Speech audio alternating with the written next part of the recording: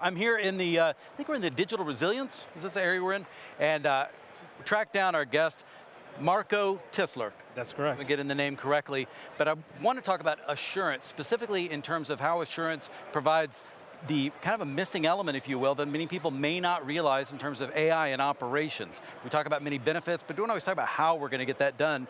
And Marco, with your ThousandEyes background, just make sure we know what we're talking about here. I first kind of wanted to ask you about assurance as a terminology, because a lot of times the way we're naming products also is a good hint as to what they provide. How do you describe that? Yeah, so assurance in some way, in terms of the sound of the word, is not different to insurance. Actually, I didn't think that directly. We don't pay any yes. Payouts or anything like that, but what we're trying to do is we're trying to assure that an outcome happens. So the idea of assurance is, it has a few key components. One of them is visibility.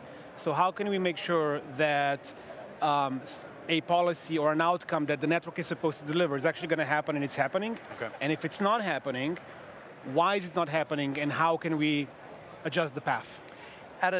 If this is possible, at a non-technical level, what I'm curious about is how do you express that intent? How do you say, at least how should someone be thinking about the types of things that need to be translated into an intent through things like this? We start at a user level. Okay. So the idea is that if I'm a user, there's a certain level of service that I expect, which then has implications on what needs to happen on the network layer for that to happen. Okay. Things like I should be able to log into my applications. It shouldn't take 50 seconds for that to happen. If I'm having a video call, I shouldn't have blips or drops of frames. Almost like SLAs that are kind of part of that. Okay, so metrics that surround what do I consider successful? Correct. Okay. Yeah, so SLAs, SLOs, that's a big part of it, yes. Okay. So the big question, of course, that we're coming over here to talk about is just to get a better understanding of when we talk about AI and operations and all the wonderful things we can do, and we're all pro-AI, it's great, but there's still the practical aspects of how are we living with that on a regular basis. And I understand assurance provides some things that we may not realize that we're overlooking or could be adding more value, and which obviously would probably save us some money if we're paying more attention early on. How do you describe the role of assurance and what we're talking about with AI and operations? Well, you mentioned money, that's where insurance comes in. But yeah. in terms of the role of assurance in the world of AI, it's about managing complexity. Okay. And one of the challenges that we have is, with AI, you're no longer in a world where users are interacting with applications, you're in a world where AI agents are interacting with applications and with other AI agents, and that's kind of lost under, under a surface, which increases this like east-west type of network traffic complexity. So it's important to have visibility into that in order to assure the outcomes that these agents are supposed to deliver. So in most situations, would you say that there are these traffic patterns, which we need to kind of surface, if you will, are in areas where we may not realize because we've come from a traditional networking world and we're not paying enough attention to, as you say, like east-west traffic may not be something, I know we think about that from a networking perspective, but it's like, oh wait, I may not be monitoring these, if that's the right term. Am I mixing metaphors or mixing terms? Monitoring is a far term, or you don't have visibility into. Okay, fair enough, yeah, okay. So it's really about exposing that. So tell me, I think of ThousandEyes as really being that visibility, ThousandEyes on the internet, which is something until I met you guys, basically back in day, it was always about, well, that's just the black hole, right? We just don't know what's going on out there. And looking at your traffic reports, listening to your podcast and some of the public stuff you guys put out, I find it fascinating, especially when there's been a big event in the world. Chances are you guys have a unique angle on it because of the visibility you have on a global basis. But the way you've interconnected that in terms of the rest of the infrastructure and the platform that we've been talking about all week here, how do you describe that? Where's that value and assurance that we need to make sure that we're getting? So maybe starting with what our mission is. Our mission is to assure the network path from where a client, traditionally that would be like a laptop or any user's device, attaches itself to the network. That becomes a slightly different thing when we talk about AI agents. Yeah. But traditionally is, where does a client attach itself to the network, which is usually some sort of a physical interface, to where the application attaches itself to the network, which could be like a server in a data center, a virtual machine, or EC2 instance in AWS, doesn't really matter.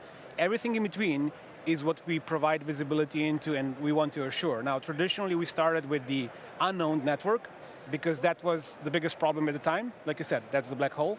But as we go into the own networks, as part of Cisco, we've uncovered there's sorts of layers of complexity that still need to be addressed if you want to connect the dots all together. Can you give me an example of that? Going back to that east-west traffic Okay.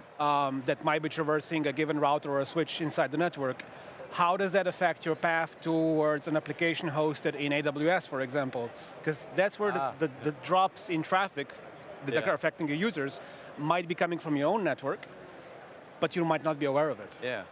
How can we use this type of assurance capability, maybe not to do something that we plan for, but to help us understand something we should be planning for?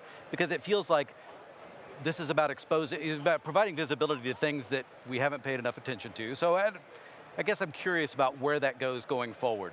Does that make sense? It makes sense. I think it's the proverbial, needle in a haystack. It's just the haystack is getting much bigger. So this is where I kind of see a dual role of AI, right? Okay. One is we need to assure the AI, but then we need to AI in assurance as well, if that makes sense. Really chicken and egg, absolutely, yes. Yeah. And the way we've approached this at ThousandEyes is, there's more and more data coming into our platform. It comes from all these sorts of different places, owned, unowned, and connecting the dots is our biggest strength. But with more data, you need to be a little bit more smarter about how you're going to surface that needle. Okay. And I think this is where the role of AI within our space is how do we detect something meaningful and determine that this is a meaningful event, it's actually affecting users from noise, essentially. Right, yeah. So as we wrap things up here, what's the most important thing to remember? What do you wish more people were kind of getting out of their experience and learning here? So I think when we talk about AI, we always talk about data. So It's almost like garbage in, garbage out. It's exactly the same thing with assurance. So we have the tooling to be able to derive the insights, but not everybody has the data. And the data comes from the visibility space. And I think one of the things we found is only with the right amount of data can you get the insight that you need. Yeah, perfect.